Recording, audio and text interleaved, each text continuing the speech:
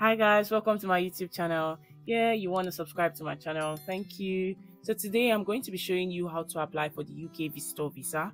You just search UK standard visitor visa on Google and click the first link that appears and it takes you to this page. You might want to check the visa fee to be aware of what you'll be paying for. There is a £100 for 6 months and yada yada. And then you want to check if you meet the eligibility requirements. You also want to know what you can and cannot do before you delve into this application. The thing is, there's not enough information for you to know the documents to submit, and I did a video telling you the list of documents you need to submit. You want to check that video, I've linked it to this video. Yeah, documents that can help you show that you must leave the UK at the end of the visit. That's what you see in that video. So yeah, let's hit the apply button now. So the first thing is to select your language. There are a lot of languages here that you could select from. So I'll just choose English and next select the country to provide biometrics. If you're applying for someone, it's not where you are, but where the person you are applying for will be going for this biometrics, if that makes sense. So you click next and then you want to check the availability in that center that you want to choose. That is where you have to scroll to the country and check, because there are like different TLS application centers in whatever country you are selecting. So you see, this is for Albania. I'll just scroll to Nigeria where my applicants are applying from. Once you've checked the availability, go back to your application and click that I have identified the location where I will provide my biometrics.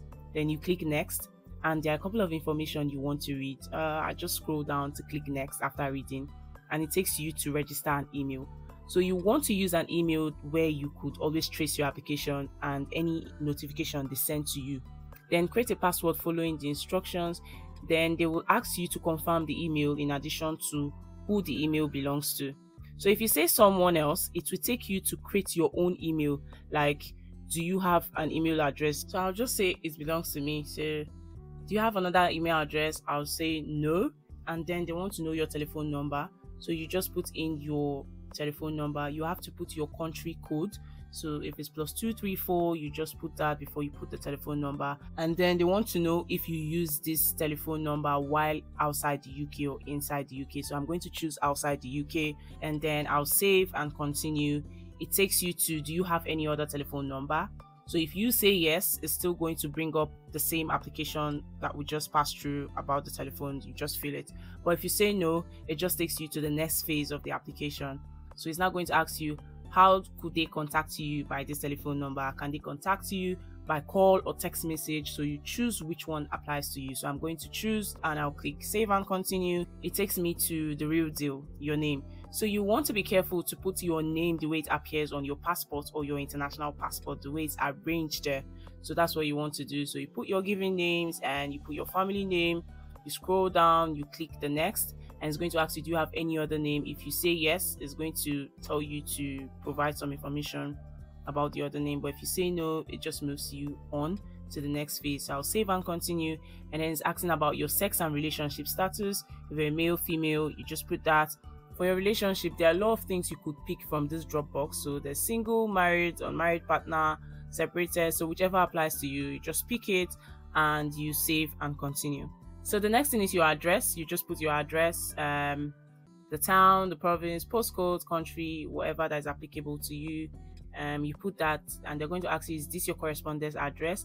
If you say no, they are going to ask you of your correspondence address. But if you say yes, they just move you to the next stage of the application, which is about this property you've just put. So the property, how many years have you lived in the property? What is your ownership status? Do you own it? Do you rent it? If you live with your parents, just put order and just write it there. I live with my parents. That's what I did. And then you save, you continue after putting the years and or months you've lived in this accommodation. It's good to put a number of long years that you've stayed in a place, so it's going to help your application, I suppose. Okay, so we go to the next thing. Is your passport information. You also want to be careful at this stage. You have to put the correct passport number. The issuing country, issuing authority, place of issue, you have to put that, and then the issue date, you put the issue date and you put the expiry date. Make sure your passport is not going to expire while you're going to be in this 6 months, so you want to check that. You save and you continue. You put your identity card. So if you have a country where you have a valid identity card, you just put yes. If not, you just say no. So for Nigeria, I think I put yes and I put the NI number. So yeah, just put the issuing country, the issuing authority, then the issue date. I did not really put anything because I really did not know that, but I just put my NI number there. That's the national insurance number in Nigeria. So the next thing is, if you save and continue, it takes you to your employment status. So you've got employed, self-employed, student. So if you're putting student, don't forget you need to also upload a document to show that you're a student or you've gotten approval to come for this your stay in the UK and you're going to return back. I did that in that video that I've said, so make sure you go and watch it so you know more about the documents which they've not listed on the website. So I'm going to keep it as employed here and I'll save and continue. So it's going to ask you about your job title, your employer. You're going to put your employer name, the address, the town, the province, the postal code, country. Once you put that, you save, you continue. But let me go back and assume that I'm going to put retired.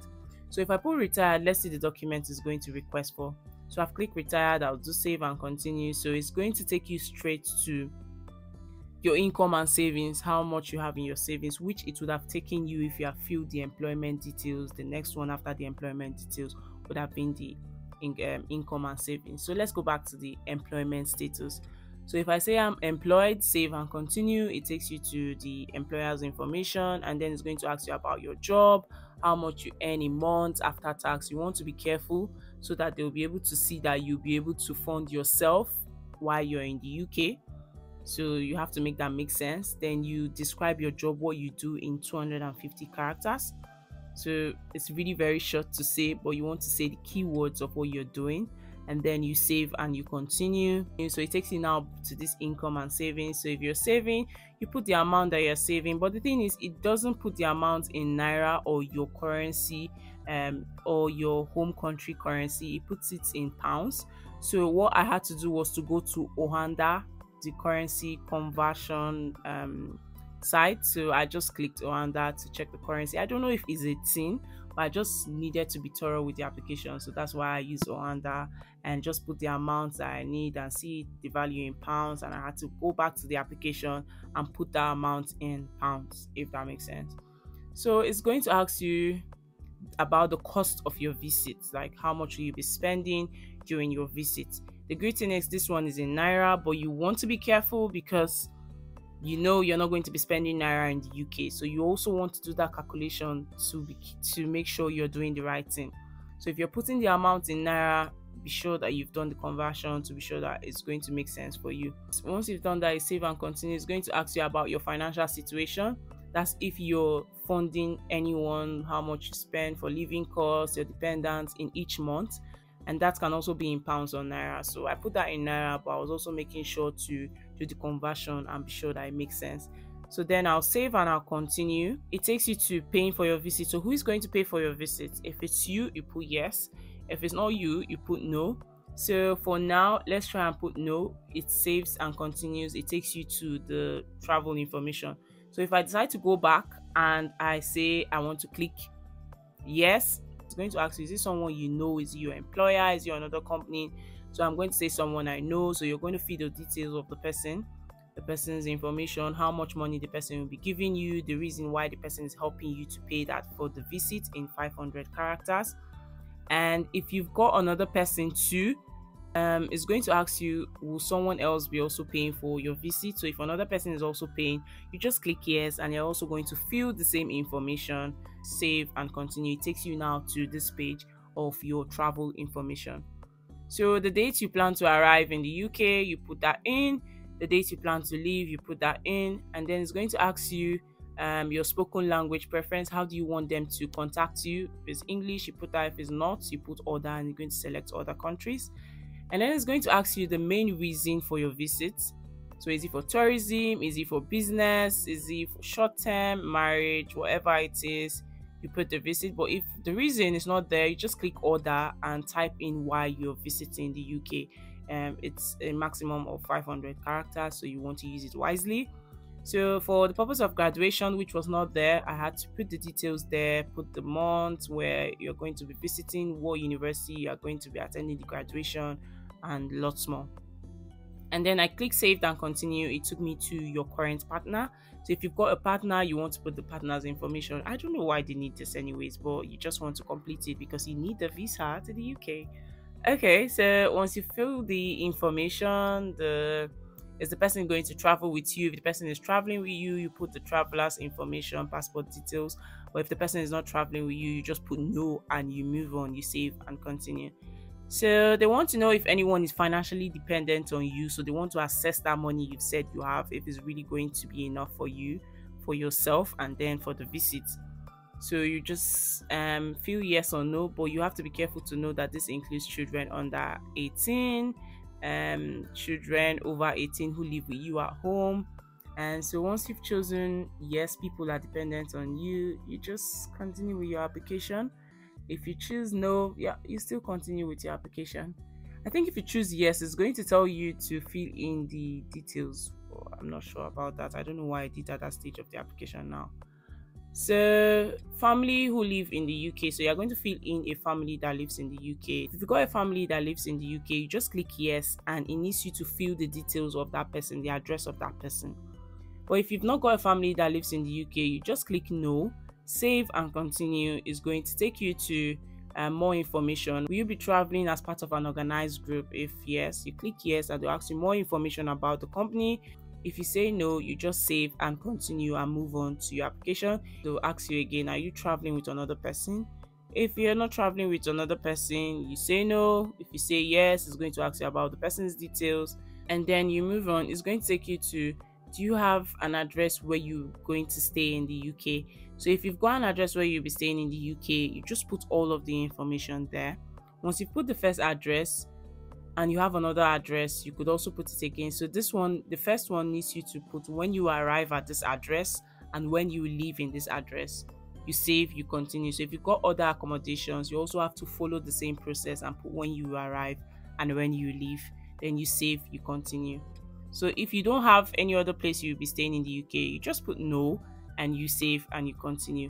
And it takes you to travel history information. So have you been in the UK in the past 10 years? If you've not been in the UK, you say no, you save, you continue.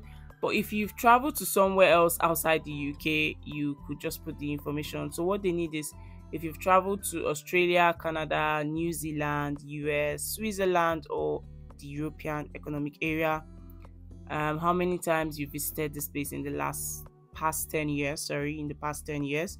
So if you visited once, twice, 2 to 5 times, you have to put the information there. And when you say yes, it's going to ask you, and when you say yes, it's going to request for the details of the travel history. Why did you travel there? Is it for study, tourism? And you also have to provide the time when you got to the country and when you left the country. So you have to be genuine with the information. And then it's also going to ask you if you've got any visa refusal. If you've got any refusal, please make sure to say yes and put the reason why you got a refusal, because they can check all these things. You don't want to show that you're not genuine, that you're not to be trusted. Yeah. So you save, and then it's going to take you to the documents. So the documents they are going to ask you to show depends on what you filled in your application. So for this one, there's a mandatory document of your passport and travel document of this person. Then you've got the evidence of funds. You need to show that. Click those boxes. You save, you continue. You see, it's just 2 things they've told you there. They don't tell you loads of things. So make sure you go and watch that video where I shared all the documents that you need to know when you're applying for the UK visa. So there's the visitor condition you have to declare, read, make sure to read what you have there before you confirm that you understand and accept that.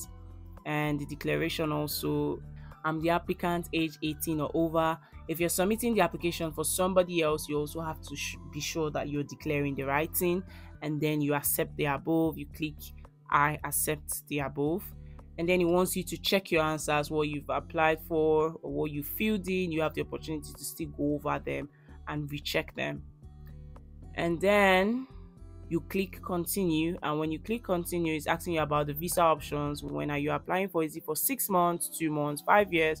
You want to be on the safe side to say 6 months. And once you've clicked 6 months, it now takes you to the page where you have to pay for the visa.